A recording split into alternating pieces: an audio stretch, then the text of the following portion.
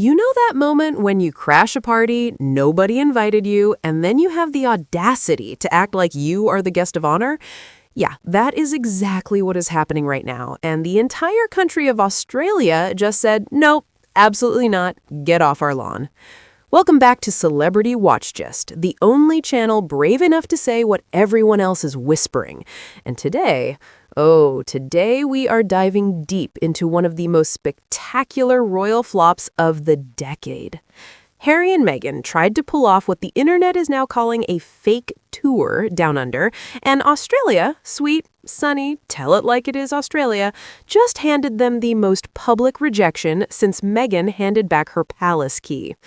Quick favor before we go any further, if you are loving this content, hit that subscribe button right now. Over 92% of viewers have not done it yet. It is completely free, takes about 1 second, and means the absolute world to us here at Celebrity Watchgist. Thanks so much if you just did that. Okay, now back to the show. So let us set the scene because context is everything here.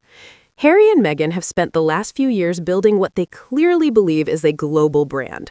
Arkwell, Netflix deals, Spotify deals, well, that one is gone, the memoir, the interviews, the docuseries, the whole carefully constructed narrative of we left because we had to, and the world loves us for it.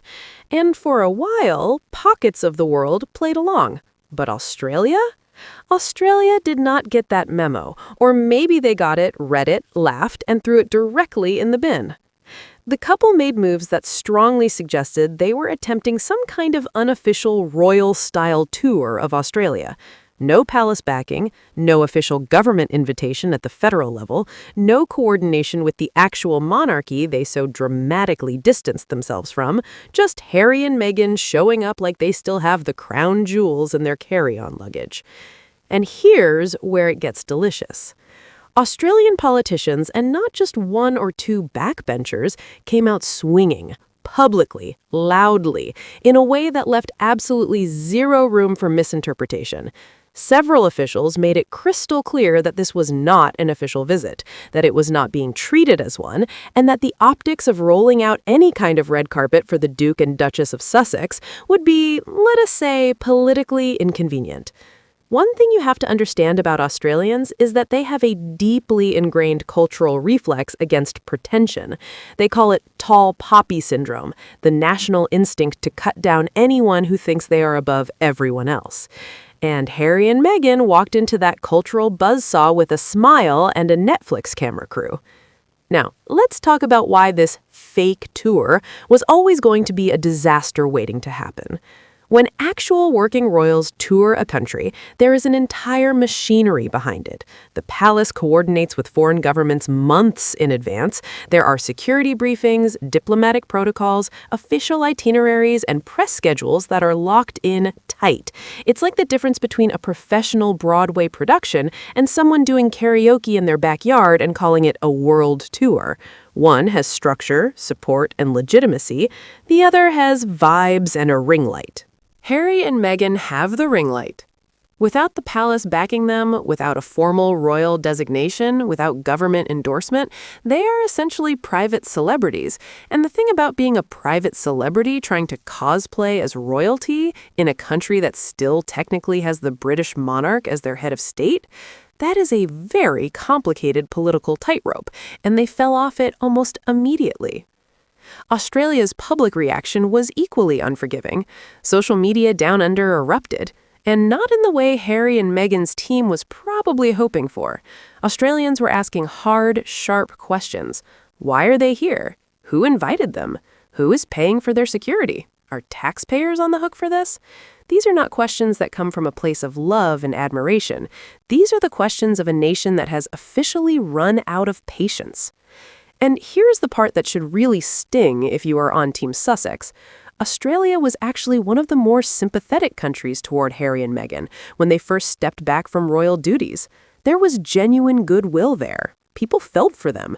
The narrative of a biracial woman being mistreated by the cold, rigid British establishment resonated with a multicultural, progressive-leaning population.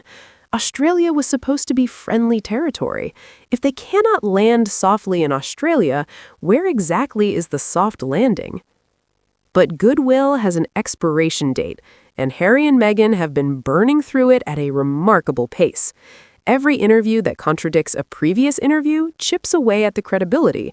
Every Netflix project that underperforms raises the question of whether the story they are selling is one people actually want to buy anymore. Every attempt to position themselves as both deeply private and relentlessly public creates a contradiction that even the most devoted fans are starting to notice. You cannot simultaneously say, "We left to protect our family from media intrusion," and then hand a camera crew access to your living room. That math does not math. And Australia noticed, because Australians are sharp, they are direct, and they are allergic to phoniness. Now, let us talk about what this means for the bigger picture, because this is not just about one trip to one country. Harry and Meghan's entire post-royal strategy has been built on the idea that the world is divided into two camps: the cold, racist, outdated British establishment on one side, and the enlightened, progressive, welcoming global community on the other. They positioned themselves as refugees from the first camp, beloved heroes of the second. But that framing is cracking because the welcoming global community keeps sending them away without a standing ovation. The Spotify deal collapsed, the Netflix content has not exactly been lighting the cultural world on fire, the King of Canada trip reportedly went sideways, and now Australia is waving them off like an unwanted timeshare presentation. This is a pattern, not a blip, and patterns tell a story that no carefully worded PR statement can undo. There's also the question of what this does to Harry specifically, because I think people forget that Harry is the one with the actual royal bloodline. He is the one who gave up a position, a title, in practical terms, an entire identity. And for what? To be turned away at the door of countries that should theoretically be part of his former Commonwealth family? That is not a triumphant new chapter. That is a tragedy wearing a designer outfit. And Meghan, who was always the strategic brain of this operation, must be recalibrating right now, because if the global brand isn't landing globally, then what exactly is the plan? The American market is still there, but even stateside, the interest has cooled considerably from its post-Oprah interview peak. There's only so many times you can tell the same story before audiences start reaching for the remote. Australia just handed them the most honest review they've gotten in years. Not from a tabloid, not from a royal insider with an agenda, from an entire nation that simply looked at what was being offered, shrugged, and said, "No thank you." And honestly, there is something almost poetic about it. They left the royal family saying they wanted freedom, authenticity, and a life on their own terms. And now they're discovering that freedom doesn't come with a guaranteed audience. Authenticity requires consistency, and a life on your own terms still has to make sense to the world you are trying to reach. Australia did not reject Harry and Meghan out of malice. Australia rejected a performance that felt hollow, and in a world saturated with content, with celebrity, with carefully managed personal brands, audiences everywhere are getting better and better at spotting the difference between the real thing and a very expensive imitation.